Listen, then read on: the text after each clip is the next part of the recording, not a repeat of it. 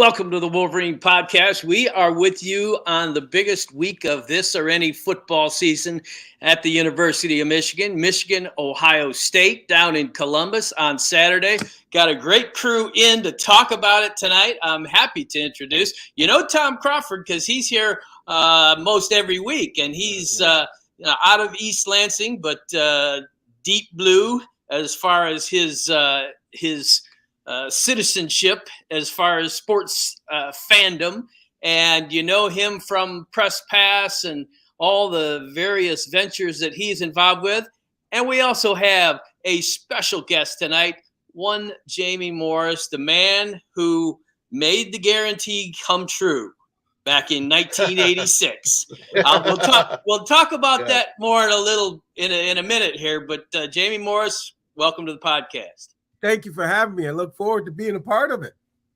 We, you can catch Jamie on weekdays in the afternoons on the M Zone on WTKA Radio. We are privileged to join Jamie most weeks during the football season. We have a great time, and Jamie's with us now.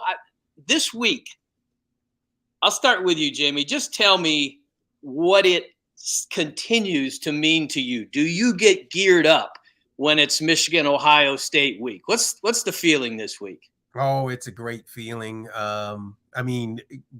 Back when I played, John Falk, the old equipment manager, plays the Bob Uford, all of the older games, and we listen to those and different things while you're walking around getting dressed and different things like that. It's kind of eerie because we're quiet, but you're talking, there's chatter. On a Monday, it's senior day, so the seniors run a lap around, and we let them do that lap, and then they got to come down the gauntlet and get their ass kicked, and that's just fun. It's just having a good time with that, and then it's going to work. It's really going to work. Film study, all the things that you can imagine. We're getting ready to play probably the best. We're playing our match. And what does this game mean? I mean, come on. I mean, this game means everything. You've done everything you needed to do, and now you get Ohio State. And that's the reward that you get, and that's how we look at it. This game this year, this is the game that every former Wolverine, every future Wolverine wishes they can be in right now. Because this is the ultimate goal for all the marbles. These two teams, this gets no better than these two teams meeting one another for all the marbles. And I know it's just the East Conference Championship, and then going on to you got to take care of business in the championship game. But this is what Big Ten football is about. These two teams. Yep, no doubt about it. And 11-0 versus 11-0 takes me back to the early 1970s when I was first starting to watch Michigan football, and it's everything on the line. You win or else. And Tom Crawford, I know that here's a guy that gets excited about water skiing at 6 a.m. So I guarantee you that he gets excited about Michigan, Ohio State. Tell me your feeling after all these years of following Michigan. What your feeling is on this week. Well, I'm going to dovetail off Jamie's comment about Bob Uford. I mean, Bob Uford used to look at when Michigan was playing 11 games. Yeah, there's the first 10 games. That's the first half of the season. And then the second half of the season was game 11 playing Ohio State. It was such a big, iconic part of Bob Uford's life, which I was brought up in the WPAG in the 60s and then went to school in the 70s when all those, I went to school in Michigan during the 10-year war. About 10 years ahead, or 6 or 8 years ahead, when Jamie came on board, and it was the game. It was, and this is, my God, a pair of 11-0 guys, 11-0 teams. We got to go back to 2006, and there's only a handful of times both teams come in unscathed. Because I remember in the 70s, it's either Ohio State screwed up or Michigan screwed up. Like Jamie's junior year, when against Minnesota. Jim Harbaugh's senior day, all of a sudden they turn the ball over and they lose to Minnesota. But then comes the guarantee. I know you got to talk about that, John, but it was always somebody screwed up, but that didn't necessarily mean who would win the game. Yes. Now you're talking about 1986, the loss to Minnesota, And then, as I recall my own conversations with Bo Schembechler, he said, and I know Jamie quotes this often, that Jimmy shot his mouth off, and now we got to back him up. And back him up, Jamie Morris did, because I'm telling you, 60 yards in the first half and $150 in the final half of that game, 210 yards on the ground. Jamie Morris, just give us a feel, not only of there are a lot of guys that have worn that uniform and that could tell you what it's like to go into Ohio Stadium and have that hatred cascading down on you. Mm-hmm. But there's not too many that are in your position. You cut the number down that can say, man, we stood up and we got it done in a big way. Tell us what it was like that day. Actually, we with the game plan, they were running a bear defense. They covered the center and the guards, and they were, it was very popular defense. And we came in with the game plan of running the wishbone. Mm-hmm. And if you remember the three backs, it's Gerald White, Bob Perryman, right, and then me, the other wing back. Gerald White goes out for a pass. He gets hit in the knee, and he goes down. So in the middle of the second quarter, Coach Borton comes over, our running back coach, and he goes, "Hey, we're going back to the I. Remember your assignments and everything like that." And next thing I know, I'm like, "Oh, we're gonna go over to the I." The I worked for us. We were blocking up front. The guys were taking care of business. And, 60 yards in the first half. I had no yards up until we went to that I formation and we started blocking, and we were coming off the ball. And at halftime, Coach Schembechler said, we're going to two tights and we're gonna rock them up front. And we did. I mean, we put Derek Walker and Jeff Brown in at tight end. You had McMurtry spread out.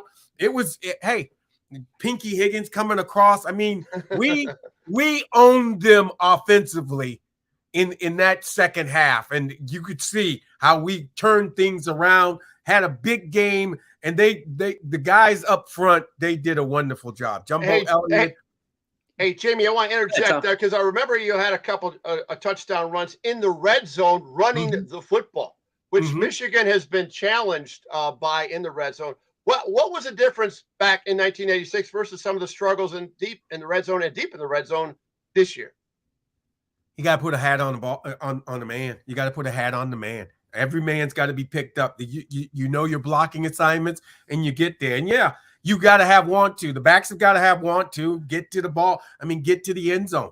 That end zone is where you're at. Not if I remember a touchdown where we ran in the middle, ran off tackle out of the wishbone, ran off tackle. I spun around 3 times, and then I just stuck the ball over and came back with it. And the referee gave us the touchdown, and it was incredible. Thomas Wilshire did it. We came back with the same play in the opposite end zone, and it opened up like the Red Sea, and it was incredible. So I mean, we got physical. That's what we did. Wait, is that lacking? Is that lacking now?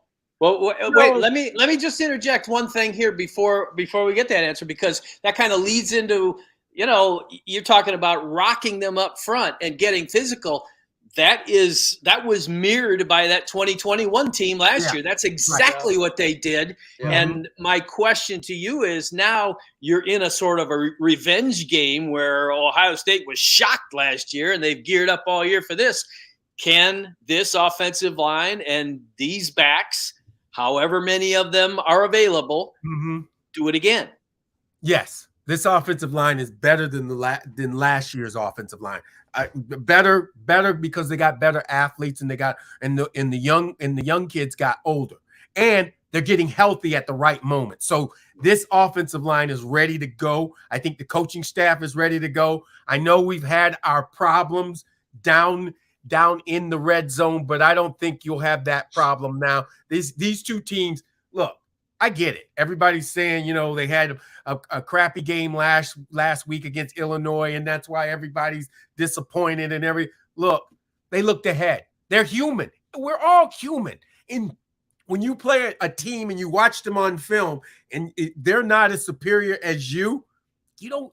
It happens, and so I think this is what they've been waiting for, game after game after game.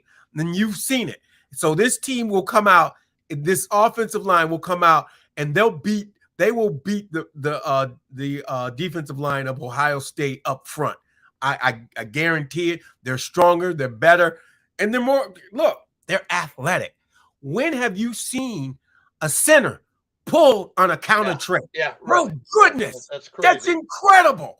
And this is what I'm talking about. You have athletes that can get it. Zach Zinner. You got kids that can get it done.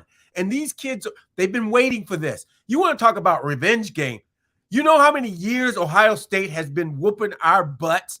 I mean, I don't care about revenge. Yeah, it's going to be loud down there. About time.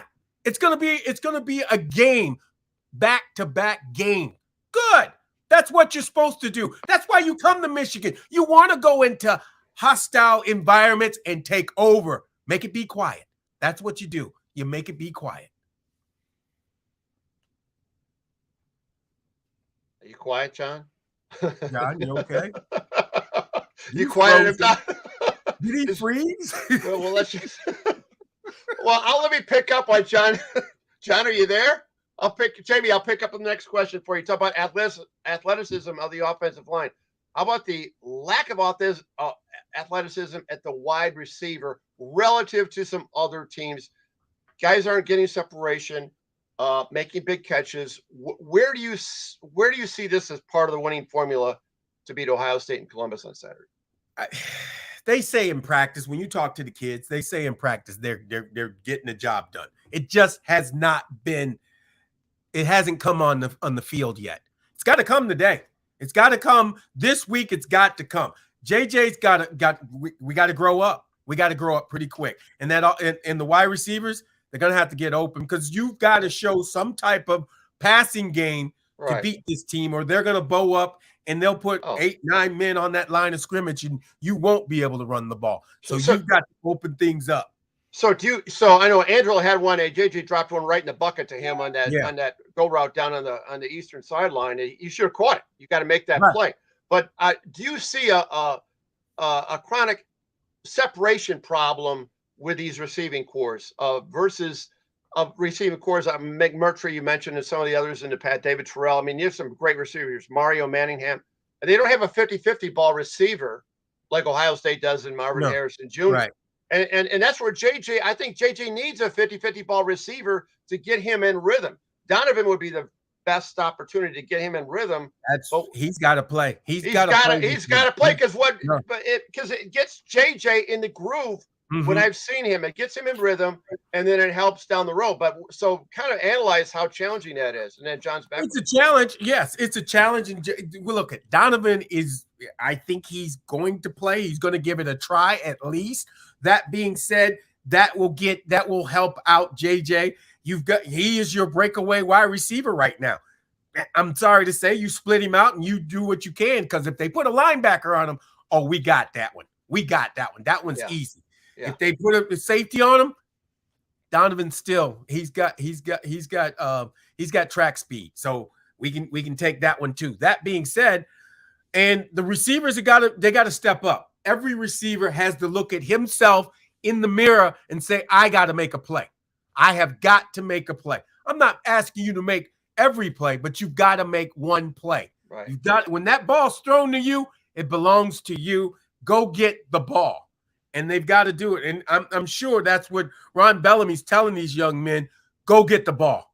I don't care where it's thrown. If you touch it, it should be caught. Yeah. And that's what they've got to do.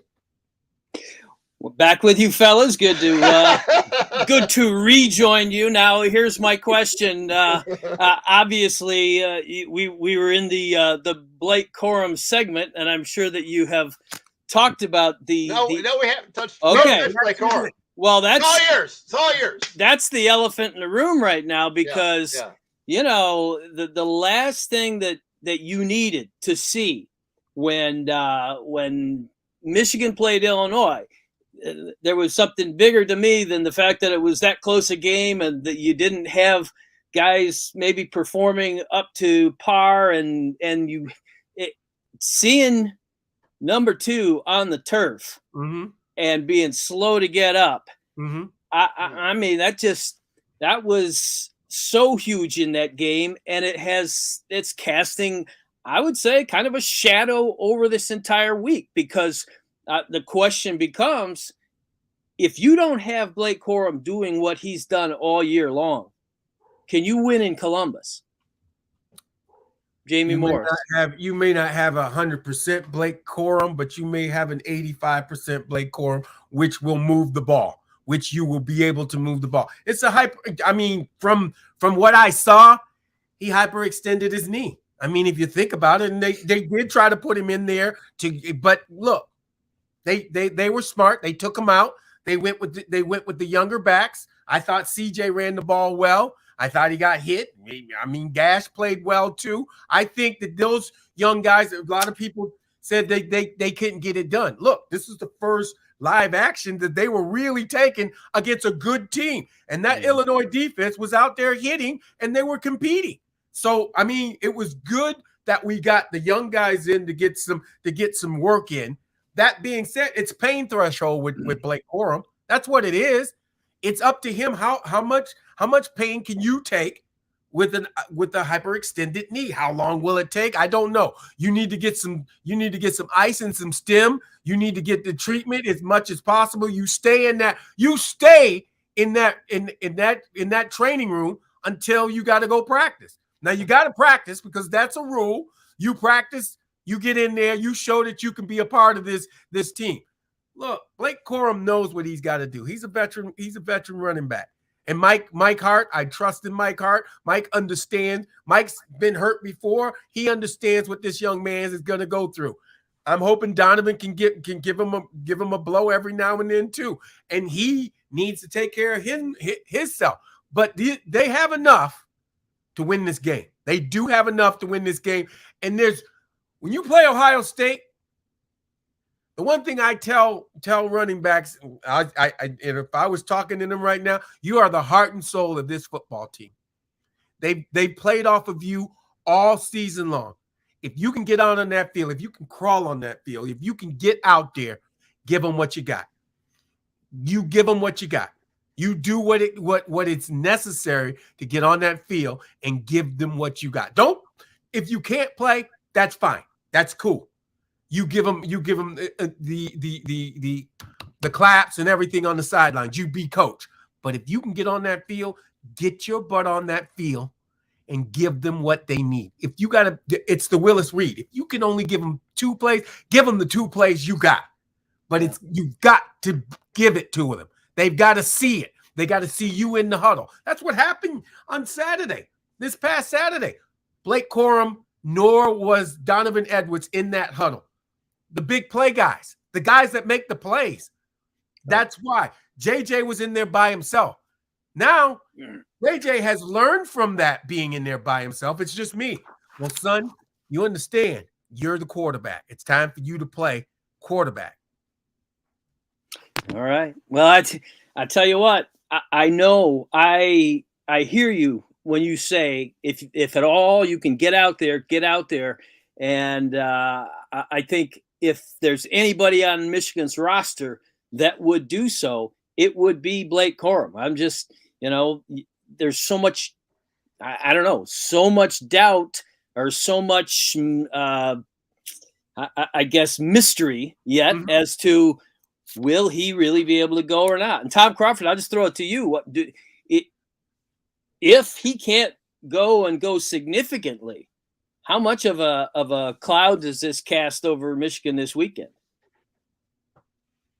Well, it's going to be huge for all the reasons that we just talked about. Now, Isaiah Gash, he made a big catch and, he dropped the ball, right? Okay. But what does he come on the most important play of the game? I mean, it's game over if he drops that little out pattern. He catches it for a first down, move on. That should be a huge, huge competent builder for that young man who was a freaking former walk-on, if I'm not mistaken. But I'm going to segue over. I got to segue. I mean, Jamie talks about what you got to give it. What the offense that has to deliver. What do they have to deliver? I think they have to deliver 28 points. I think with Ohio State's offense, I mean, we saw in the third quarter what Illinois did to Michigan's defense.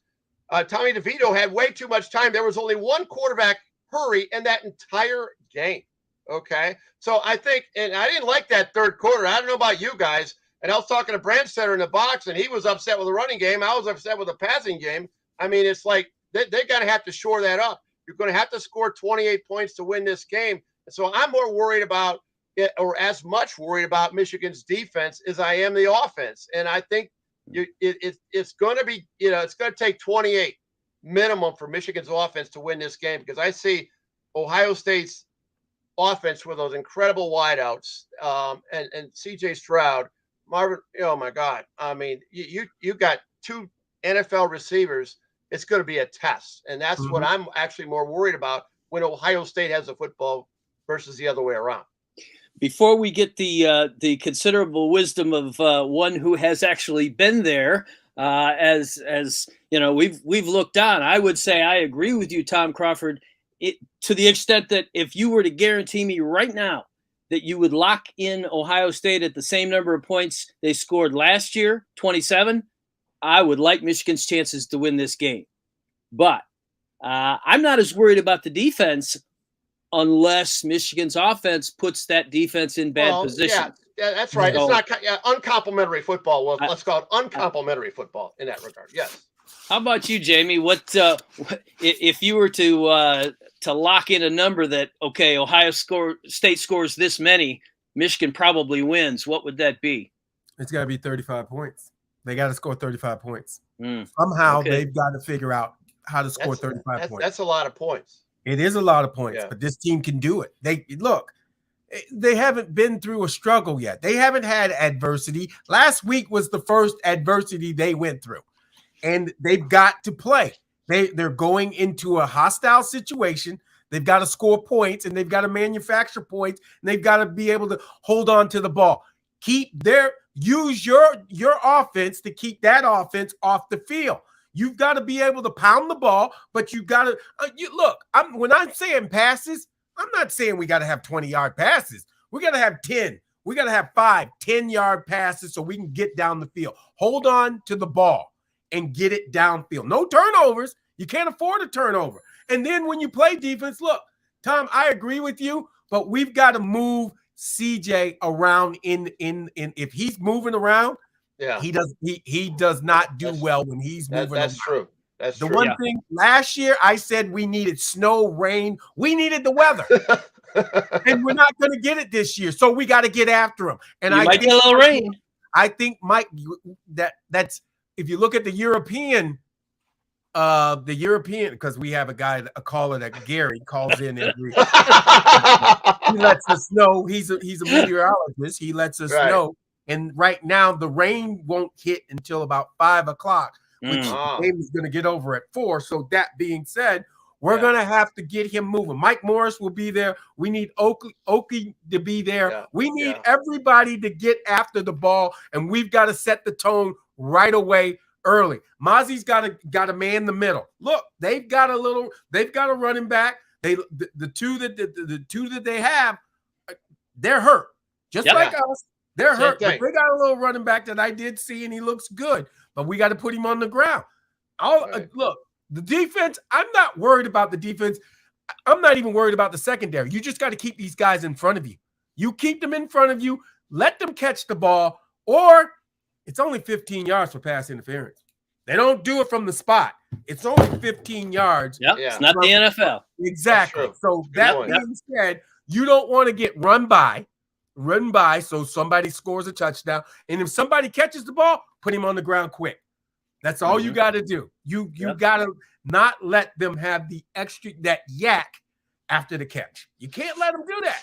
Yeah, I think, and so much is true in what you said about disrupting the rhythm of Stroud, because if you do that, he is not the same, especially if you do mix in some little wind gusts and what you can have in the Midwest this time of year. That combination could throw them off just enough. And understand, Michigan held them to 27 points last year in a game where he threw for well over 300 yards. So he's going to get some yards. You got to understand that. But you were citing a number of ways to mitigate that. How about this? You've got against Illinois, we saw a couple of different wrinkles. You saw a screen pass or two. You saw some little quick dump offs just before JJ McCarthy was going to get hit that really clicked. And when I talk to others, they say, "Hey, Michigan always saves some things for Ohio State. You're going to see some different things." How much stock do you put in that, Jamie? If you've worked on it in practice, do you feel like that will automatically translate to the game if you haven't done it in a game situation? There's a lot of things that this team. I mean, we complained that this team didn't throw the ball an awful lot. Everybody was saying this season we're not giving JJ an opportunity to throw the ball. We were cutting them with 1,000 cuts. That's what we said, because when you got it going running wise, we stayed with it running wise instead of letting JJ open up his arm. The only game that you really let JJ throw in, think about it, Indiana. Indiana. I mean, you really found out what you had when he had to do it, and he did have to do it because they were stopping the run. They were doing some things to us, and JJ was cutting it up himself. That being said, take solace in that. We know that JJ can do his job. People are losing confidence in that young man. You shouldn't, because that young man is the best athlete on that offense when he's running around making plays. Let him be. Look, he reminds me of a young Jim Harbaugh, a kid who ran around making plays. He made plays. He stayed up and made plays. And sometimes you're going to have to make plays your own, because sometimes you're going to get knocked out of rhythm. That being said, let the quarterback be the quarterback. It's time for him to grow up. You don't know what you have in the running back backfield right now, but you do have capable running backs that know how to hit the hole. And you got the education in the young running backs. So look, you got 4 guys you can rotate in. I don't know how much you're going to get from Blake, but you're going to get some of Blake, because Blake is not going to let this game go by and not play in it. So you mentioned running around. I want to by the quarterback. And I'd like to get you both in on this one. How much more would you say JJ McCarthy stands to run in this game than we've seen? It seemed like ever since Cade McNamara went down with injury early in the season, we didn't see JJ McCarthy cutting out of there and running as much as you might have expected. And I think that was partly a function of your backups haven't played very much. So is this the kind of game where, hey, all bets are off, you cut it loose, and JJ, you do whatever you need to do? I think so. I think that they're going to tell JJ, you got to let it go. We got to let it fly. This is the game. And you got to get out of bounds or slide. They're going to encourage him to get down. They're going to encourage him to get out of bounds. But if it's not there, take it, run, get whatever you can, slide, get down. And, they're going to be out there trying to hit him. Of course they're going to try to hit him. Ohio State wants this. This is the big game of the year for both teams. Remember, Ohio State's 3 goals begin this week. Not the whole season. They haven't planned anything for the whole season. The goal number 1 is beating Michigan. Think about that. Yeah. That's huge for them. That being said, this is hey, as I said, this is a quarterback's dream, a dream come true, and they're going to come in and they're going to stack that box. So they're going to give you an opportunity to throw. Of course, we're going to script and we're going to see what Ohio State's trying to do, what they're going to. The key is, can we wade through those first 6 to 8 minutes? Those six to 8 minutes in the first quarter, because emotions are going to be high, and it's going to be Ohio State's emotion. Remember, they lost last year. They believe in themselves, but they lost last year. We took their thunder from them. They didn't beat the pants off of us. Nobody got gold pants last year. Just remember that. No one got gold pants. So that says we whooped your butt, and we own you right now. To be the champion, you got to beat the champion, and we're the champion. So Ohio State's got there's a lot on everybody. And that stadium, you'll feel the pressure in that stadium. Michigan, they should just go in and feel good about themselves and go out there and have a good time. You saw the Jim Harbaugh interview. You were there. Oh, yeah. I mean, what'd he say? He was just saying he downplayed everything. This is going to be a great game. I mean, two superheroes getting after one another. We're just grateful to be here. I mean, he downplayed it. You don't want to play this up. You don't want to put any pressure on these kids right now because they know. Trust me, they listen to everything. They know how big this game is. Number 2 versus number 3, the highest ranking between Michigan and Ohio State ever. 2 undefeated teams going against one another. And nobody's going to say anything wrong. They've all been trained. So no one's going to say anything wrong. And you know what? I respect that. As I say to my Michigan State buddies, hey, this is how you do a rivalry. This is it. There you go. All right. Well, you mentioned how they handled them. What, Tom? Go ahead. You want to jump in on that? I'm just back to about JJ. When you and I got this, John, you and I got this Cade McNamara, JJ McCarthy, squibble. We're going back and forth. The thing that intrigued me the most about JJ, and I think Harbaugh has mentioned this, is his vertical running. I mean, in the RPO. I mean, you go back to games, okay, so it's Hawaii, it's Colorado State. But there were some times when, I mean, they're freezing the linebackers when that RPO because they got to worry about him. JJ McCarthy could actually make up a little bit of the void at running back, a running downhill.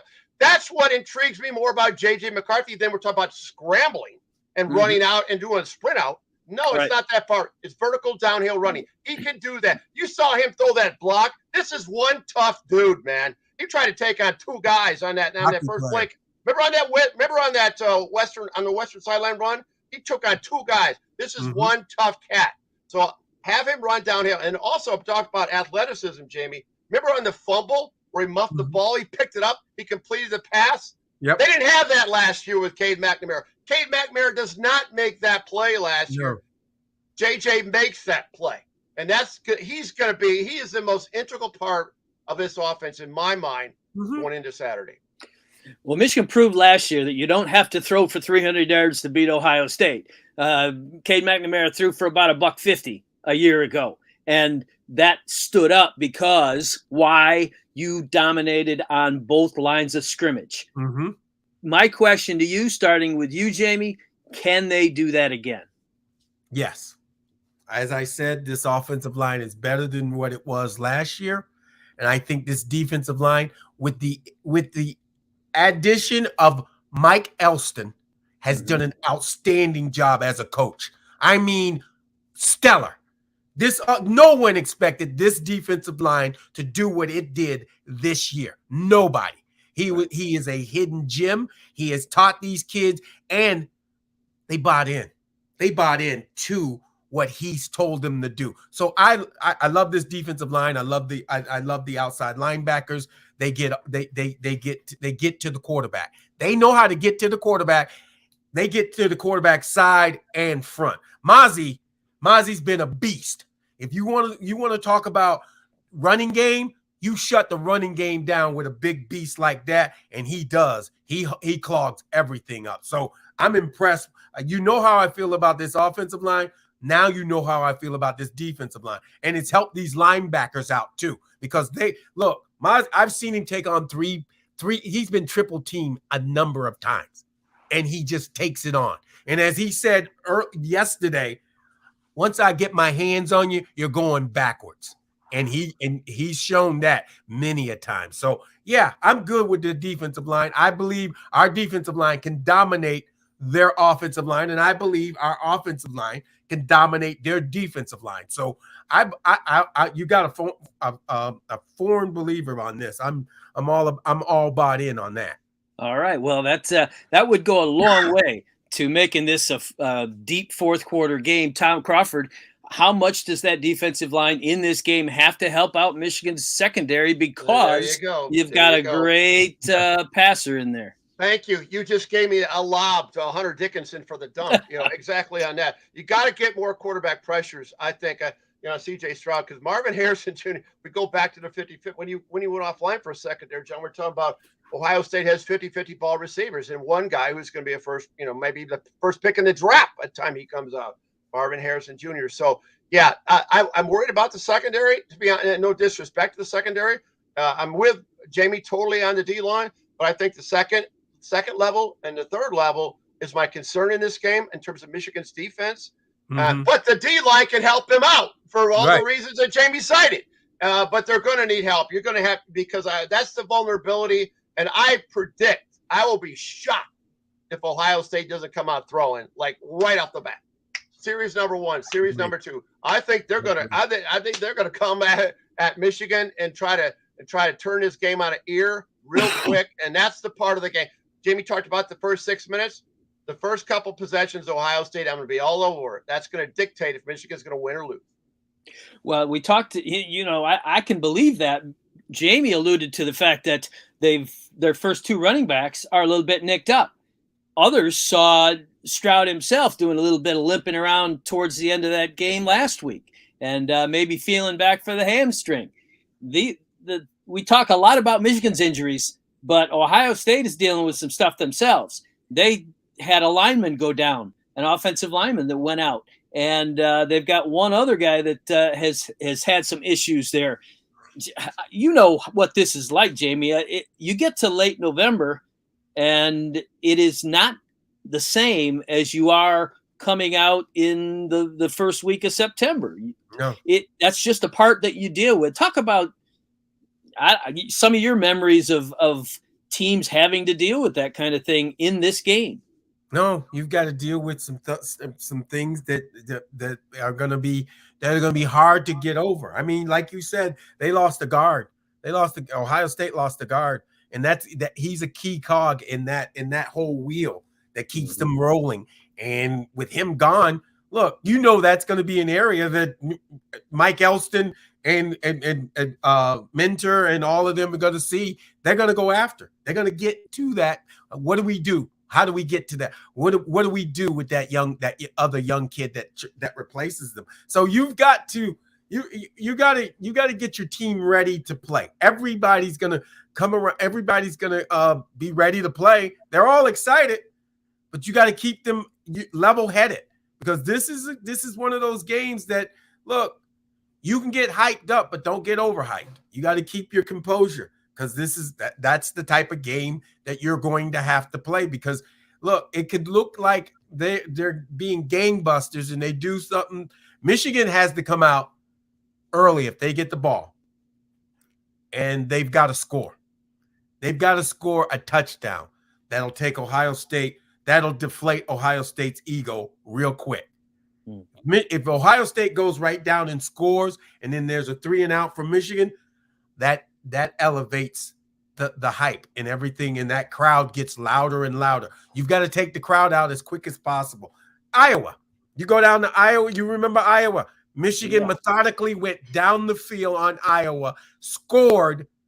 That took that crowd out of it kind of early. They never got back into it till late when Michigan let them back in a little bit. But I mean, other than that, you've got to take the controls away from that fan base, because that's what's going to be the problem. The crowd noise is going to be the problem. That's really that team. If it's anything like I think it is, it feeds off of the fan base. They're going to feed the one thing I've learned about the youth of football, they love being clapped for. They love being loved.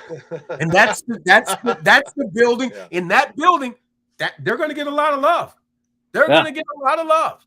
You got to get after them. You got to match score for score. You can't let them get ahead of you 2 touchdowns down. You can't be 2 touchdowns down in the first quarter. You can't. Okay. Well, that leads right into my next question, and we'll go around the horn with this one, starting with Jamie. You mentioned keeping it close. If Michigan is to win in Columbus, what will be the key? What will they need to do to make sure? Is it keeping the Buckeyes from getting away from them, or is there other factor that overrides even that? It's the running game. It's really the running game. It's really the offensive line doing their job, what they did last year, taking over the game. They're going to have to take over the game. The defense is going to do what they did. I think this is a better 22 defense is better than the 21 defense right now. Yeah. And the reason why is because they worked so hard together. I'm not saying they got better athletes, because that 21 team had some athletes that got after the ball. I'm saying to you that a collective group, the 22 team is a great team defense, and they get after the ball. Yes, the secondary is a little shaky, but like I said, keep them in front of you. Keep them in front of you, and it's only 15 yards. If you know it's going to get away from you and they throw a high ball, you pull him down on the ground and you take the 15 yards, and the coaches will yell at you and you move to the next. You move down the field. But that being said, you got to keep it close. You got to play ball. It's 60 minutes of hell. That's what it's going to be. 60 minutes of hell in probably one of the most ruckus stadium you will ever be in, but it's going to be fun. Enjoy. See, here's the thing. People always think, no, enjoy it. They did this for you. Enjoy it. You did this for yourself. Now you get to go down to Columbus, and guess what? Enjoy being in there, because that is the greatest thrill of your lifetime. And just, I always tell everybody that people will remember this for the rest of their lives. And this is the game that makes heroes. This is the game they remember you. They remember you when you do great things in games like this. Hello, Charles Woodson. Hello, Jamie Morris. Hello, Desmond Howard. Hello, Desmond Howard. Yeah, absolutely. You got it. Hello, Tim Biakabatuka. Absolutely. Absolutely. Tom Crawford, quickly to you. If they win this game, if Michigan wins this game, what will it have done well? Play action, maybe in the red zone, maybe on first down that we haven't seen. I know they're going to put 7 in the box and dare Michigan to run. Play action will make people honest on that regard, and they're going to need balance. They're probably going to need over 400 yards of total offense. They can't turn the ball over, and they can't have Jake Moody be the player of the game. Okay? Yeah. It can't be like Michigan State. It can't be like Illinois. You can't go down there and kick field goals. You're going to have to figure out a way to score touchdowns, and at least 4 of them. They mentioned about 28 points. So I know that's a lot to ask, but I'd like some balance, at least get 200 on the ground and, maybe 200 in the air. I don't know. It's going to take balance, and play action leads to balance. Yep. I like listening to Jamie talk about the defensive line. I think one thing they are this year, you say they're better. They're certainly deeper on the defensive line this year. They brought in so many pieces to that, and that kind of leads into mine. I'm going right back to, if they can have the upper hand on both lines of scrimmage, I think that you have got yourself an excellent chance to win this football game. So we will see what they do on Saturday. One more thing, we're late in the fourth quarter here, but I will say this, the door is not shut for the team that does not win this game to make the college football playoff because of all the crazy stuff that's going on. Tom Crawford, first you, and then Jamie. Do you think that loser of this game still has a shot? As long as the Irish come through, USC is going to have to go down. I think. I mean, the South Carolina, romp on Tennessee, that opened that door a little halfway open, right? But to keep it all wide open for the loser, as in Michigan, if they fall, they're going to need to have USC out of the equation. The Notre Dame Fighting Irish are going to be that's their up first. And if that doesn't happen, they got to do it with Utah in the Pac-12 championship. With USC lingering around, I don't like Michigan's chances as a loser in this game. Okay, Jamie Morris. I agree with Tom on that. I mean, you need the Irish to win, and you need if you want to know really, Michigan's got to win, and Ohio State, they would put Ohio State in there.